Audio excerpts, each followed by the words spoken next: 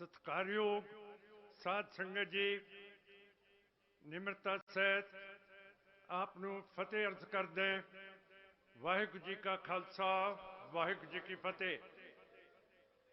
अज साडी कौम दे लई बहुत ज़्यादा महत्व रखदा है। जिहड़ी कौम नौजवानों दी ते सारी कौम इत्थे आई है ते सरदार दीप सिंह सिद्धू की जथेबंदी वारिस पंजाब दे वो भी इत्थे अज हाजिर होए हैं। उन्हां दे प्रधान साहब सरदार अमृतपाल सिंह नूं तुसीं सुनिया। उहदे नाल डॉक्टर सुखप्रीत सिंह नूं भी सुनिया, सरदार कलसी साहब नूं भी सुनिया ते सरदार गुरजीत सिंह नूं भी तुसीं सारिआं ने सुनिया कि उन्हां दे दिलां दे विच किहड़े-किहड़े बलबले है जिस दे नाल हुण आज़ादी वल असीं अगे वधांगे, पिछे नहीं जावांगे। ये अज कौम ने फैसले किए है ते यही फैसले हुण लागू होणगे। अज असी 246 दिन हो गए है मोर्चा बरगाड़ी का लग्या होया, जिथे 2015 दे विच बादल सरकार ने सरसे साध दे नाल रल के साडे गुरु ग्रंथ साहब की बेअदबी की सी। बहुत साडी कौम नूं दुख होया, पर क्यों करके अज असी कल्ले हैं।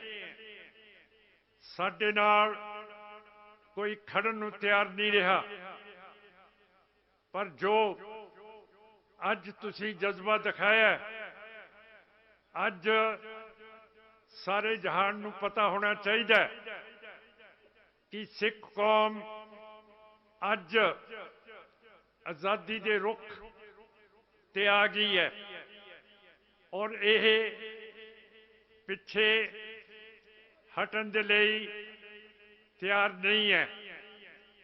बहुत वड्डा दिन है, गुरु महाराज की बेअदबी हुई है,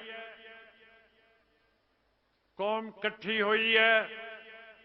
नाल दे पिंड बेबल दे विच 2 सिख शहीद होए है।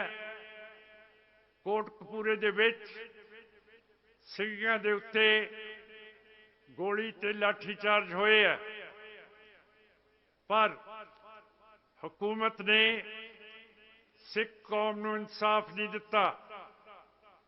हाई कोर्ट के जज शेखवात, सागवान, बजाज, इन्होंने जिहड़ी तफ्तीश हो रही सी महाराज की बेअदबी की, उहदे उत्ते रोक लाती है। जे साध संगत जी असी आज़ाद होइए तो तुसी अपने दिलों तो पुछो, तकड़ा मुल्क है। दीप सिंह सिद्धू नूं इस नूं शहीद किया गया। इहदे बारे मेरे नाल गल्लां कीतियां सरदार सिद्धू ने। उन्होंने दस्सिया दिल्ली दे विच 3 दिन मैनू भुखा धियाया रखा गया, मैनू सौण नहीं दिता। जिन्नियां भी इंडिया दीयां तफ्तीशी एजेंसियां, जसूसी एजेंसियां मेरी पुछ-गिछ करन आईयां, पर मैनू एक चीज बहुत अजीब लगी। क्यों करके मैं भी पुलिस दे विच रहा, जदों उन्होंने दस्सिया कि दिल्ली का ਡੀਜੀਪੀ ਡਾਇਰੈਕਟਰ ਜਨਰਲ ਪੁਲਿਸ ਉਹ ਵੀ ਉਹਨਾਂ ਦੀ ਪੁੱਛਗਿੱਛ ਕਰਨ ਦੇ ਲਈ ਆਇਆ ਸੀ ਔਰ ਉਸਨੇ ਆਪਣੇ ਲਫ਼ਜ਼ਾਂ ਦੇ ਵਿੱਚ ਸਰਦਾਰ ਦੀਪ ਸਿੰਘ ਨੂੰ ਤਾੜਨਾ ਦਿੱਤੀ ਕਿ ਇਹ ਬਹੁਤ ਵੱਡਾ ਮੁਲਕ ਹੈ, ਬਹੁਤ ਤਕੜਾ ਮੁਲਕ ਹੈ, ਇਸ ਨੂੰ ਜੋ ਤੋੜਨ ਦੀ ਕੋਸ਼ਿਸ਼ ਕਰੂਗਾ ਉਸ ਦਾ ਨਤੀਜਾ ਉਸ ਨੂੰ ਭੁਗਤਣਾ ਪਊਗਾ। ਸੋ ਨਤੀਜਾ ਹਿੰਦ ਹਕੂਮਤ ਨੇ ਉਸ ਦਾ ਕਰ ਦਿੱਤਾ ਸੀ ਜਦੋਂ ਇੱਕ ਟਰੱਕ ਦੇ ਨਾਲ ਐਕਸੀਡੈਂਟ ਦਿਖਾਤਾ। ਇਹ ਸਾਨੂੰ ਨਹੀਂ ਦੱਸਿਆ ਕਿ ਇੱਕਦਮ ਟਰੱਕ ਨੇ ਬ੍ਰੇਕਾਂ ਕਿਉਂ ਮਾਰੀਆਂ, ਕਿ ਉਹਦੇ ਅੱਗੇ ਕੋਈ ਆਦਮੀ ਆ ਗਿਆ ਸੀ, ਕੋਈ ਡੰਗਰ ਆ ਗਿਆ ਸੀ, क्यों एकदम उसने ब्रेक मारी ते पिछे सरदार दीप सिंह अपनी गड्डी विच आ रहे सीगे। वो बहुत अच्छे ड्राइवर सीगे। बॉम्बे दियां भीड़ियां सड़कों दे विच वो गड्डी नूं ऐ कढ़ के ले जांदे सीगे जिवें कोई माहर हुंदा। फिर दीप सिंह धोखा नहीं सी खा सकदा अपनी ड्राइवरी दे विच। ट्रक कहंदे है उन्हां दी गड्डी दे विच वज्जिया, उहदे विच कोई सरिया नहीं सी लद्दिया गया। फिर सरदार दीप सिंह ने मत्थे दे उत्ते गोल सराख क्यों सी, इसका पता अजे तक सानू ना हरियाणे की सरकार ने ना इंडिया की सरकार ने सानू दस्सिया। एडा वड्डा हादसा होया होवे, सिखां दा लीडर एक अपनी जान दे चुकिया होवे, किसी अखबार ने, इंडियन एक्सप्रेस, ट्रिब्यून ने, हिंदुस्तान टाइम्स, ट्रिब्यून ने कोई लेख नहीं लिखा कि एक एडा वड्डा सिख लीडर अज साडे विच नहीं रहा। जे कोई बाजार दा बदमाश मर जे तो सफे अखबार भर दिंदियां। किसी ने साडे नाल अफसोस नहीं किया हैगा। फिर पता होना चाहिए कि असी एक अलहदा कौम है। गुरु नानक साहब का हुक्म है, ना असी हिंदू ना असी मुसलमान। गुरु नानक साहब ने हिंदू ते मुसलमान दे विचाले एक तीजा मजहब धर्म खड़ा करता। पैगंबर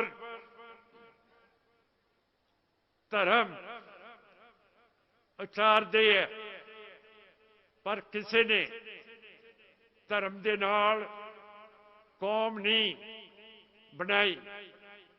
गुरु नानक साहब ने नवा धर्म ते नवी कौम पैदा की है। इस करके तुसी अज इत्थे हाजिर होए हो। साडे उत्ते जुल्म बहुत होए है, हथकड़ियां लाइया गई हैं,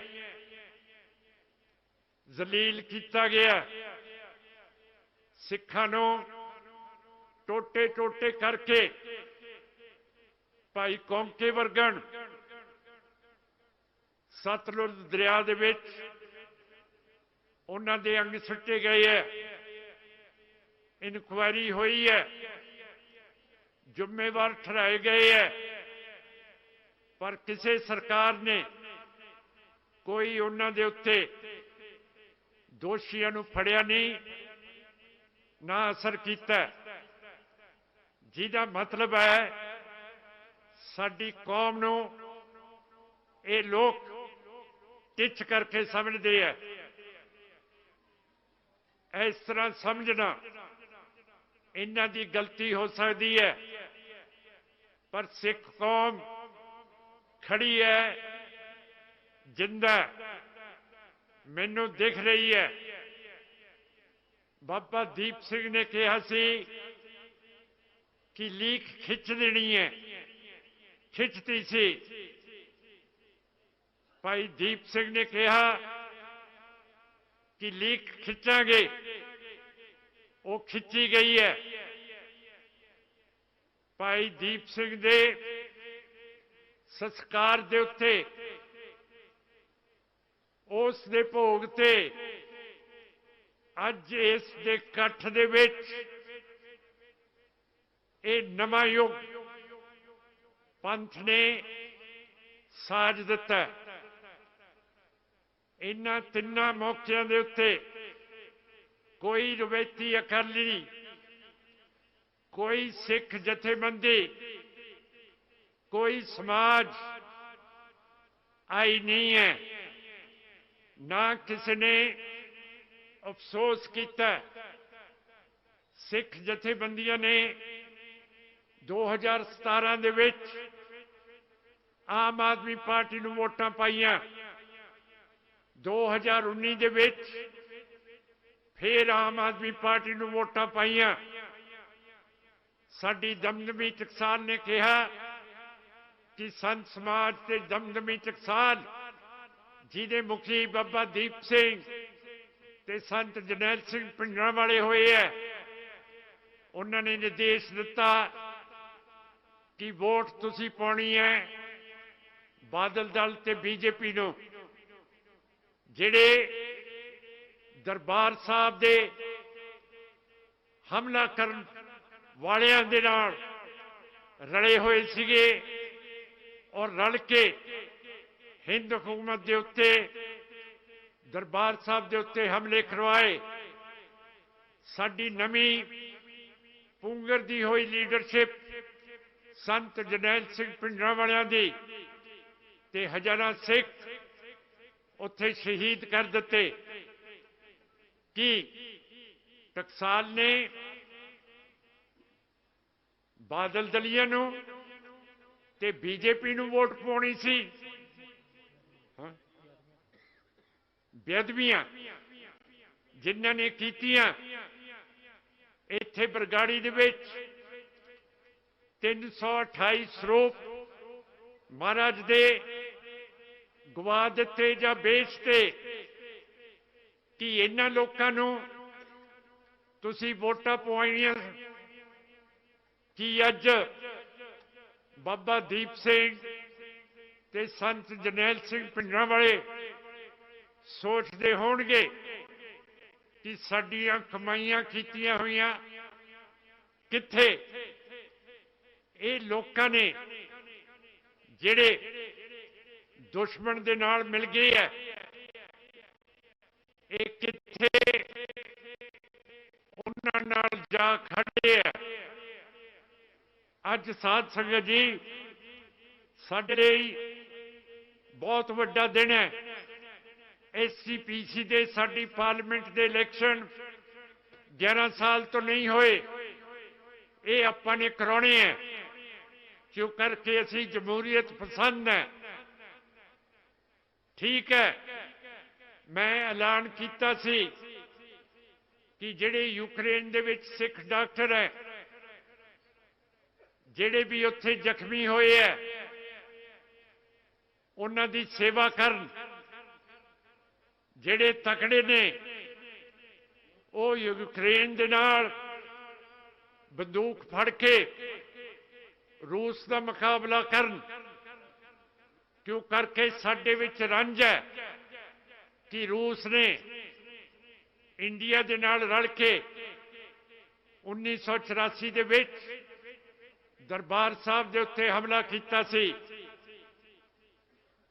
ਇਸ ਤਰ੍ਹਾਂ ਕਰਨ ਦੇ ਨਾਲ ਮੈਂ ਚਾਹੁੰਦਾ ਸੀ ਕਿ ਸਿੱਖਾਂ ਦਾ ਕੱਦ ਕਾਠ ਦੁਨੀਆ ਭਰ ਦੇ ਵਿੱਚ ਉੱਚਾ ਹੋਊਗਾ। ਜਿਵੇਂ ਸਿੱਖਾਂ ਨੇ ਸਾਰੀ ਦੁਨੀਆ ਦੇ ਵਿੱਚ ਬਿਮਾਰੀ ਫੈਲ ਗਈ ਸੀ ਕੋਵਿਡ ਦੀ, ਸਿੱਖ ਜਥੇਬੰਦੀਆਂ ਨੇ ਦਵਾਈਆਂ ਵੀ ਦਿੱਤੀਆਂ, ਰੋਟੀ ਲੰਗਰ ਵੀ ਦਿੱਤੇ, ਕਿੱਡਾ ਨਾਂ ਵੱਧ ਗਿਆ ਸੀ। ਕੱਲ ਨੂੰ ਲੜਾਈ ਖਤਮ ਹੁੰਦੀ ਹੈ, ਜਿਹੜੇ ਜਿੱਤਣ ਵਾਲੇ ਮੁਲਕ ਹੋਣਗੇ, ਜਿਵੇਂ ਸਰਦਾਰ ਸੁਖਪ੍ਰੀਤ ਸਿੰਘ ਨੇ ਕਿਹਾ ਕਿ ਜੰਗ ਤੋਂ ਬਾਅਦ ਮੇਜ਼ ਦੇ ਉੱਤੇ ਗੱਲਾਂ ਹੁੰਦੀਆਂ, ਤੇ ਸਾਧ ਸੰਗਤ ਜੀ ਉਸ ਵੇਲੇ ਸਿੱਖਾਂ ਦਾ ਨਾਮ ਵੀ ਲਿਆ ਜਾਊਗਾ ਕਿ ਸਿੱਖ ਵੀ ਖੜੇ ਸੀਗੇ ਰੂਸ ਦੇ ਜ਼ਬਰ ਦੇ ਖਿਲਾਫ।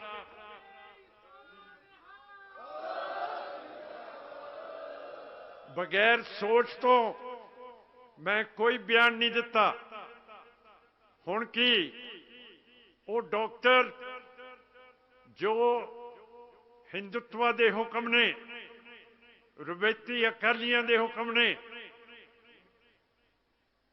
ਕਿ ਉਹ ਸੁਰੱਖਿਅਤ ਨੇ? ਉਹਨਾਂ ਦੇ ਨਾਲ ਕੋਈ ਲੱਗਿਆ? ਜੇ ਕੱਲ ਨੂੰ ਅਮਰੀਕਾ ਦੇ ਰੂਸ ਦੇ ਖਿਲਾਫ ਜੰਗਬੰਦੀ ਯੂਕਰੇਨ ਦੇ ਵਿੱਚ ਆ ਜੇ ਤਾਂ ਉਹੀ ਬਚਾ ਸਕਦੀ ਹੈ ਸਾਡੇ ਸਿੱਖਾਂ ਨੂੰ। ਕੀ ਮਾੜਾ ਕੀਤਾ?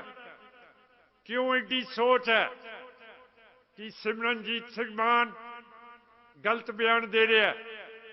ਨਹੀਂ ਦੇ ਰਿਹਾ, ਕੌਮ ਦੇ ਹਿੱਤ ਦੇ ਵਿੱਚ ਮੈਂ ਦੇ ਰਿਹਾ।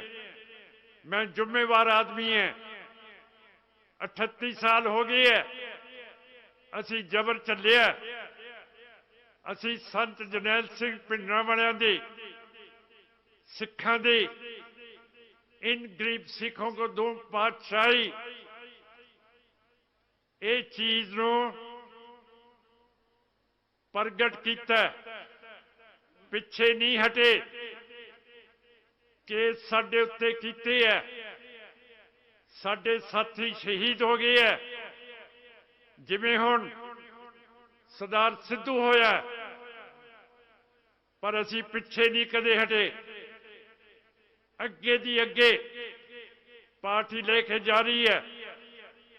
मैं तुहाडा बहुत ऋणी है कि जिवें 1996 दे विच ये रवायती अकालियां ने मोगे दे विच बादल दे वड्डा इजलास बुला के ऐलान करता सी कि अकाली दल हुण पुराना अकाली दल नहीं है, ये पंजाबी पार्टी है।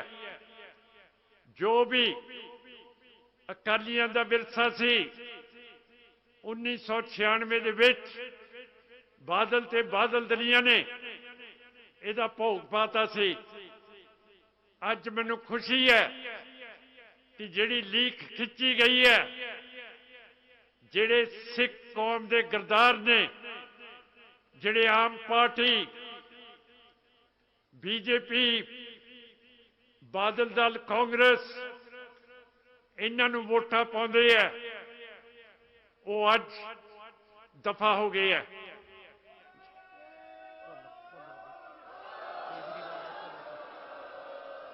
लीक खिंची गई है, ये लीक सही सी। क्यों करके आम आदमी पार्टी झूठ बोलती सी, केजरीवाल झूठ बोल रहा सी कि मैं सरदार भुल्लर नूं छड्ड दूंगा। हुण नवे फैसले दे विच उसे केजरीवाल ने कहा कि मैं सरदार भुल्लर नूं अजे रिहाई नहीं देनी। इस करके मेरी अपील है संगत नूं कि जिहड़े आम आदमी दे पार्टी दे MLA जां लीडर है, इन्हां नूं पिंडां दे विच ना वड़न दिओ। गरदारां नूं काले झंडे दिखाओ, जिन्ना चिर बेअदबी के मुलजम सेंटर की सरकार फड़दी नहीं, उन्ना चिर साडा समझौता इन्हां दे नाल नहीं हो सकता। ये बिल्कुल साफ ते क्लीयर है। तुहानू फिक्र हुंदा है कि मेरे नाल गनमैन नहीं, अंग रक्षक नहीं। आ देखो मेरे कोले खड़ा 260 किलो का सिंह है। हुण नहीं घबराना कि मेरे नाल कोई है नहीं गा। आ देखो ते इत्थे गुरु ग्रंथ साहब है ते इत्थे अपनी पार्टी है ते सरदार अमृतपाल सिंह है ते साडी विरासत हैगी है। असी किले नहीं है, लीक खिंची गई है। हुण आपां अगे ही अगे जावांगे, पिछे नहीं मुड़दे। ते सिख मर्यादा के मुताबिक जिसनों हुकूमत उसनों इस धरती तो अलविदा करवा दे, वो हमेशा सिंघां दा शहीद हुंदा है। सरदार सिद्धू की फोटो साडे म्यूजियम अजैब घर दे विच लगूगी।